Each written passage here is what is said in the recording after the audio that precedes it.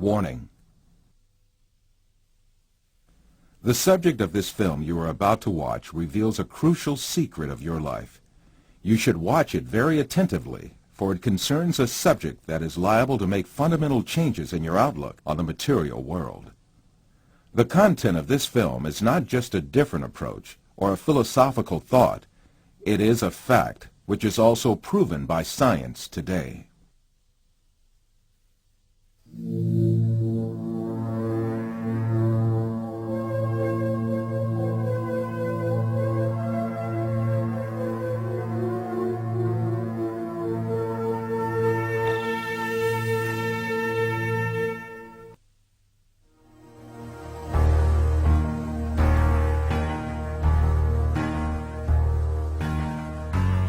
Man is conditioned right from the beginning of his life that the world he lives in has an absolute material reality. So he grows up under the effect of this conditioning and builds his entire life on this viewpoint. The findings of modern science, however, have revealed a completely different and significant reality than what is presumed.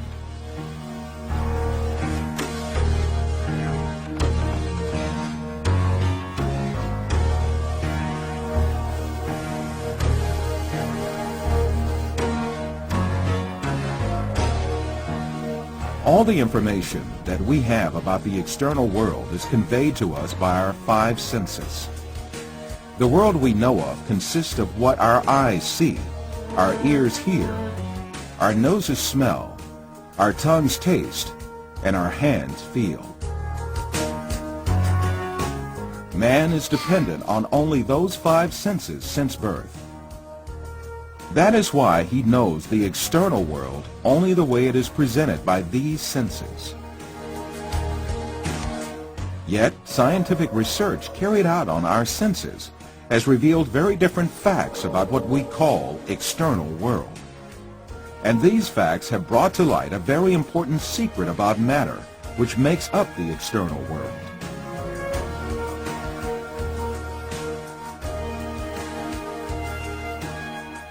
Contemporary thinker Frederick Vester explains the point that science has reached on this subject. Statements of some scientists posing that man is an image, everything experienced is temporary and deceptive, and this universe is a shadow, seems to be proven by science in our day.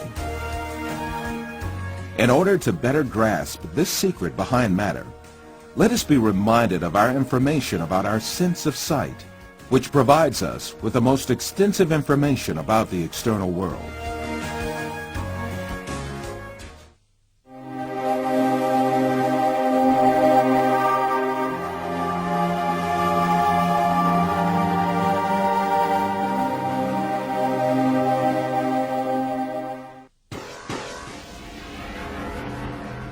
The act of seeing is realized progressively.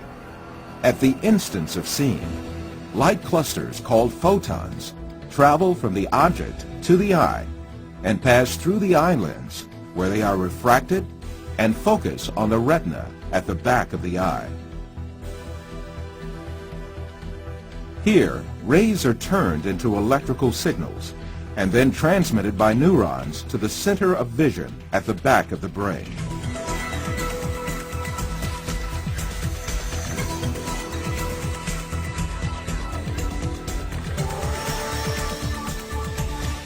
The act of seeing actually takes place in this center in the brain.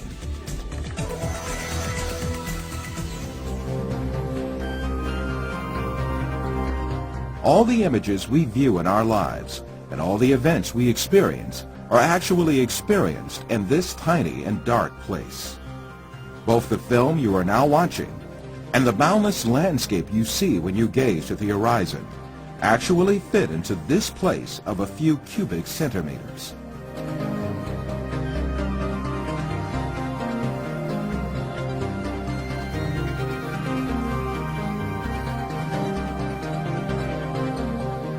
Now, let us reconsider this information more carefully. When we say we see, we actually see the effect the rays reaching our eyes form in our brain by being converted into electric signals. When we say we see, we actually observe the electrical signals in our brain. By the way, there is another point that has to be kept in mind.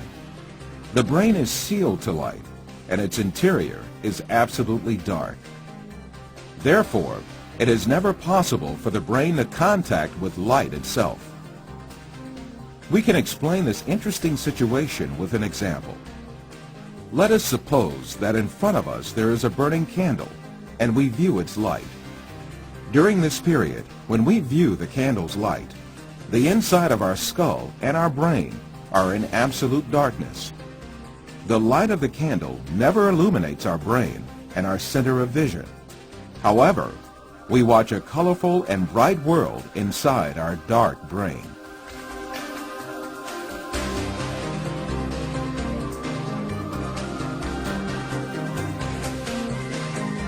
The same situation applies to all our other senses. Sound, touch, taste, and smell are all perceived in the brain as electrical signals. Therefore, our brains throughout our lives do not confront the original of the matter existing outside us, but rather an electrical copy of it formed inside our brain. It is at this point that we are misled by assuming these copies are instances of real matter outside us.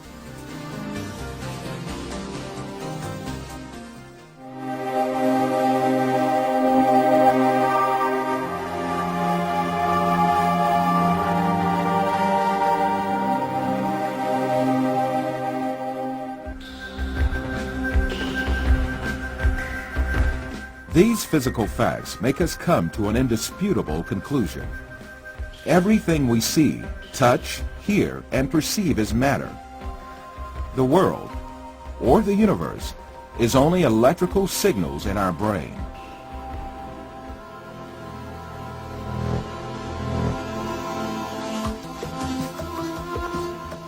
For instance, we see a bird in the external world. In reality, this bird is not in the external world, but in our brain.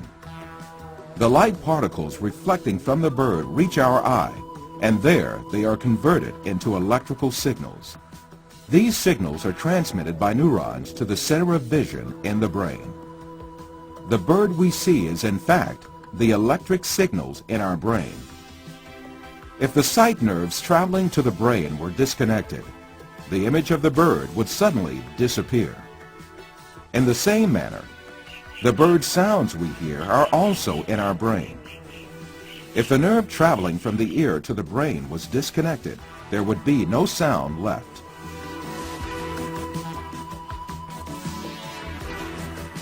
Put simply, the bird, the shape of which we see, and the sound of which we hear, is nothing but the brain's interpretation of electrical signals.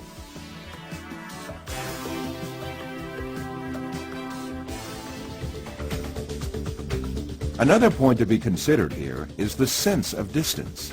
For example, the distance between you and this screen is nothing but a feeling of space formed in your brain.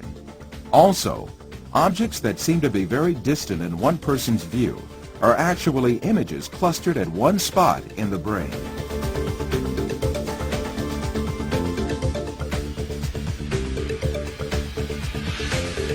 For instance, someone who watches the stars in the sky assumes that they are millions of light years away from him. Yet the stars are right inside himself and the center of vision of his brain.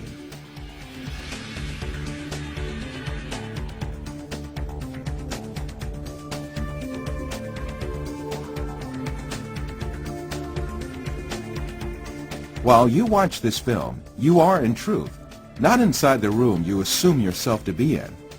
On the contrary, the room is inside you. Your seeing your body makes you think that you are inside of it.